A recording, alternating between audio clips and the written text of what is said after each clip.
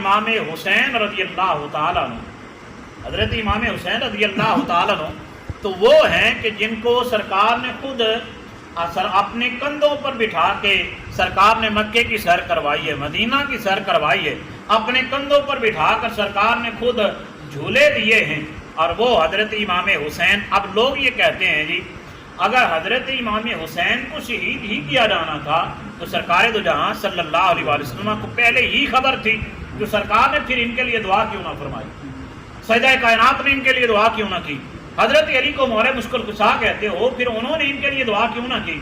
अब हुक्म ये है कि जब आप अपने दुनियावी मामलात में देख लें, आपके बच्चे को अगर पता चल जाए, आपको या बच्चे को पता चल जाए कि मेरे पेपर में फलां फलां सवाल आने हैं, तो बंदा दिन रात एक कर देता है, फिर भी शायद नंबर पूरे ना आए। लेकिन सरकार जानते थे, अब सरकार ने जानते हुए हज़रत इमाम हसन और हुसैन दोनों की तरबियत की कि मेरे इन शहजादों को मेरे दीन के लिए शहीद किया जाएगा और मेरे ये दोनों शहजादे दीन पर शहीद होंगे, कुरान की अज़मत, अहादीस मुस्तफ़ा की अज़मत की खातिर शहीद होंगे। और फिर हज़रत इमाम हुसैन अब यजीद के खिलाफ निकले, तो क्या दुनियादारी की खातिर निकले, दुनियावी मामलात की वजह से निकले, हुकूमती जिम्मेदारियों की वजह से, हुकूमती मामलात की ओहदों की वजह से निकले? हर चीज़ ऐसा नहीं है। हज़रत इमाम हुसैन उसके खिलाफ निकले हैं तो इस गरज से निकले हैं कि अब दीन की हदें जो हैं उनको पामाल किया जा रहा है। अब कुरान तो ये कहता है कि औरत का मर्द के साथ निकाह किया जाए, लेकिन यजीद ने ये कहा कि मर्द और औरत जो हैं वो बगैर निकाह के रह सकते हैं।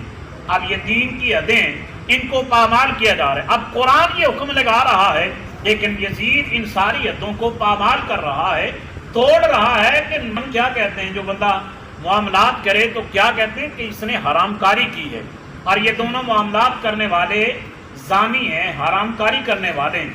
लेकिन यही मामलात यजीद ने किए, और आज 14 सदियाँ गुजरने के बाद उम्मत मुसलमान कहलवाने वाले, जारी तौर पर कलमा पढ़ने वाले सारे यजीदी काम कर रहे हैं, लेकिन खुद कहते हैं अपने आप को कि हम मुसलमान हैं, हम कलमा गो हैं, हम उम्मत मुहम्मदिया में रहने वाले हैं और उम्मत मुहम्मदिया में ही हमें उठाया जाएगा। लेकिन हर चीज़ ऐसे मामलात नहीं हैं।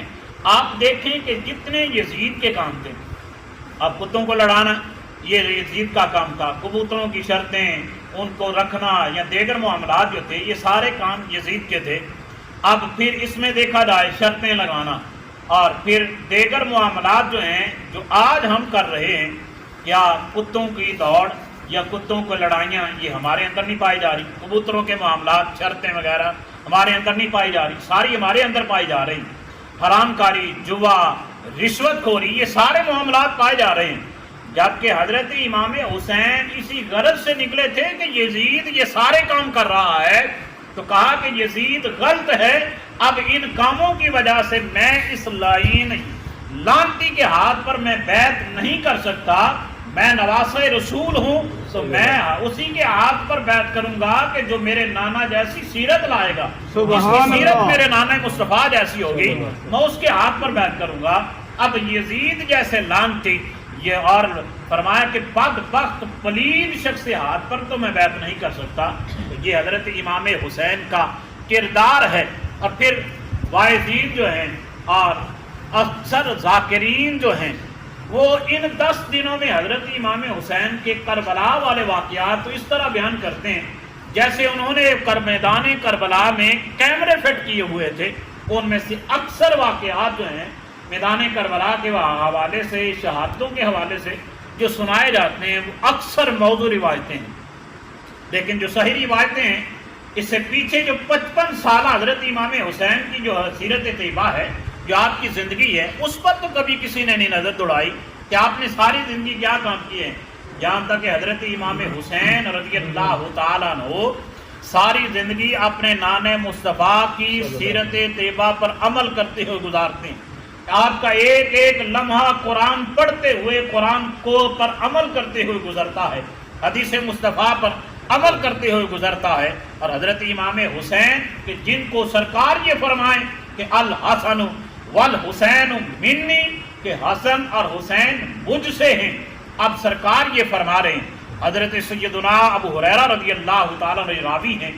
اب جتنے بھی اہل بیت کے بارے میں، ان کی عظمت کے بارے میں جو روایات پیش کی جاتی ہیں وہ صحابہ ہی تو پیش کر رہے ہیں، اور پھر لوگ صحابہ پر ہی اعتراض کرتے ہیں کہ صحابہ نے قرآن کو چھپایا ہے، صحابہ نے اہل بیت کی عظمت کو چھپایا ہے۔ تو ایسا ہرگز نہیں ہے۔ صحابی رسول آقا کونین صلی اللہ علیہ وسلم کی بارگاہ میں عرض کرتے ہیں، کیا عرض کرتے ہیں؟ اللہم صلی علی محمد، یا اللہ یا رسول اللہ یہ جو پڑھا جاتا ہے اللہم صلی علی محمد وعلی آل محمد، تو کیا اس میں ہمارا حصہ بھی ہے یا آپ کی آل کا حصہ ہے؟ تو میرے اور آپ کے لجپال آقا نے فرمایا میرے صحابی ایسا ہرگز نہیں ہے، کل تقی و نقی فہو آلی، فرمایا کہ میرا ہر صحابی میری آل میں شامل ہے اور میری آل میرے صحابہ میں شامل ہے۔ اب کیا حضرت علی سرکار کے صحابی نہیں ہیں؟ حضرت عبداللہ بن عباس، حضرت عباس سرکار کے صحابی ہیں یا نہیں ہیں؟ حضرت جعفر طیار صحابی ہیں یا نہیں ہیں؟ حضرت امام حسن اور حسین صحابی ہیں یا نہیں ہیں؟ یہ سب کے سب صحابہ ہیں۔ اسی لیے سرکار نے فرمایا کہ میری آل میرے صحابہ میں شامل ہے اور میرے صحابہ میری آل میں شامل ہے۔ بس جو درود پڑھتا ہے تو اگر وہ آل بول کے مراد لیتا ہے تو اس میں صحابہ بھی شامل ہو جاتے ہیں، اگر وہ نام صحابی لیتا ہے تو اس میں میری آل بھی شامل ہو جاتی ہے۔ اب بندہ دونوں طرف سے کسی بھی طرح بندہ پڑھے تو اس میں صحابہ بھی شامل ہو جاتے ہیں اور سرکار کی آل بھی شامل ہو جاتی ہے۔